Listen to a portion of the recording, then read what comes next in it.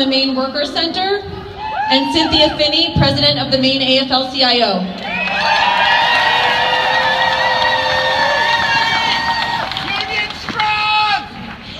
So I want to get a shout out to all the Southern Maine Workers Center folks here. Can I get a whoop whoop?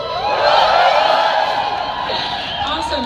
So in case you didn't know, we are a worker-led movement for racial and economic justice, and we owe our origins to our union brothers and sisters. Doug, I see you. I want to say that Trump's appointment of Andrew Puzder to the head of the Department of Labor is a slap in the face to all of us. At this critical moment, we are asking Senator Susan Collins to do the right thing and to stand for workers' rights. Puzder has proven himself to not only be completely unqualified, but also unfit to lead the Department of Labor and enforce our country's labor laws that protect workers' rights. In fact, he has expressed contempt for his own workers at Hardee's and Carl Jr.'s hamburger restaurants and suggested that robots would make better workers than people. Let me actually repeat that verbatim. Robots, he said, they're always polite, they always upsell, they never take a vacation, they never show up late, there's never a slip and fall or an age or sex or race discrimination case.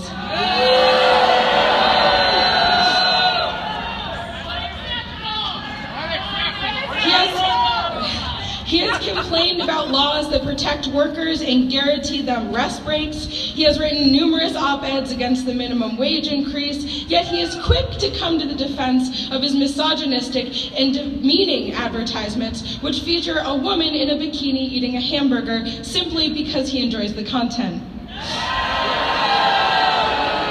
A man who is willing to defend the exploitation but not his workers is being seriously considered to be the inheritor of the entire American workforce.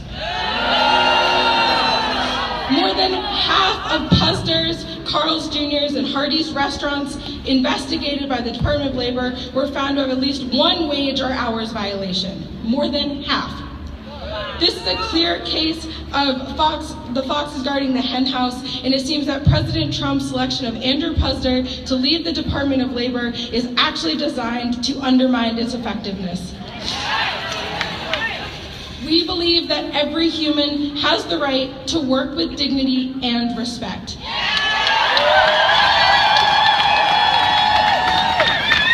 Senator Collins says she represents the working people of Maine, and we assume that she shares a commitment to human rights.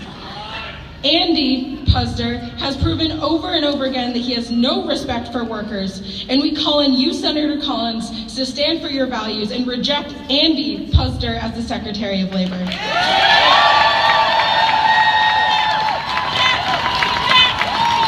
Now, I wanted to say it is impossible to speak of human rights at this moment without naming the immediate impact of Trump's executive orders on immigration.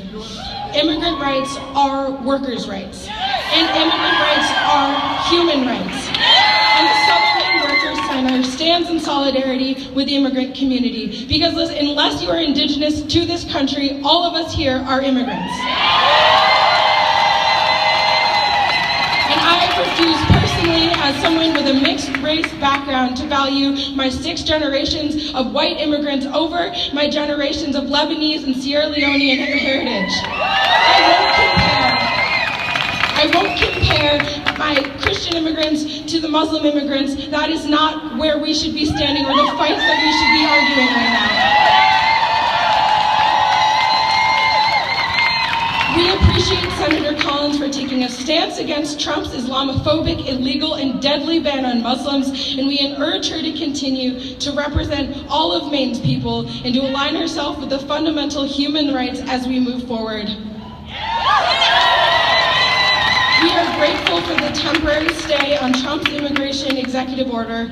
We all must keep up the pressure. We can and will weather the storm, but only together and only if we are accountable to each other.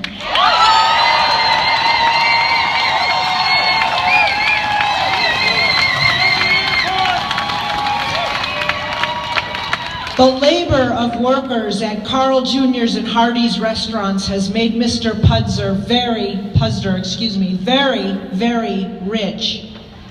This appears consistent with his other appointments to qualify him for the position in the eyes of those who nominated him. That's not good enough for us, and let's talk about that. The New York Times reports that according to a 2012 filing, which they linked to, this is real news, a SEC filing, that's the year after Carl Jr.'s and Hardee's merged, that Mr. Puzder's base salary was $1 million. And his total compensation was $4 million. The filing justifies this by saying that annual base salaries should be competitive and create a measure of financial security for our executive offers. The Department of Labor is responsible for leading worker policy in the United States. Workers depend on the Department of Labor to create good policy and to enforce good policy. Mr. Puzder has opposed the minimum wage. He's opposed the recent increase in the base above which workers on salary must be paid for overtime.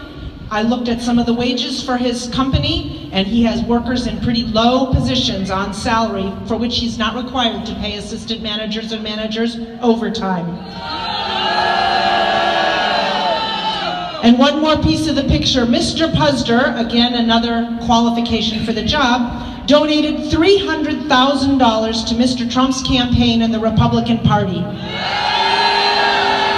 A person working at Maine's minimum wage would have to work 40,000 hours to make that much money, or over 19 years. In Maine and across the country, workers, no matter who they voted for, did not vote to make conditions worse. Workers voted to make conditions better. Mr. Puzder is the wrong choice for the Secretary of Labor.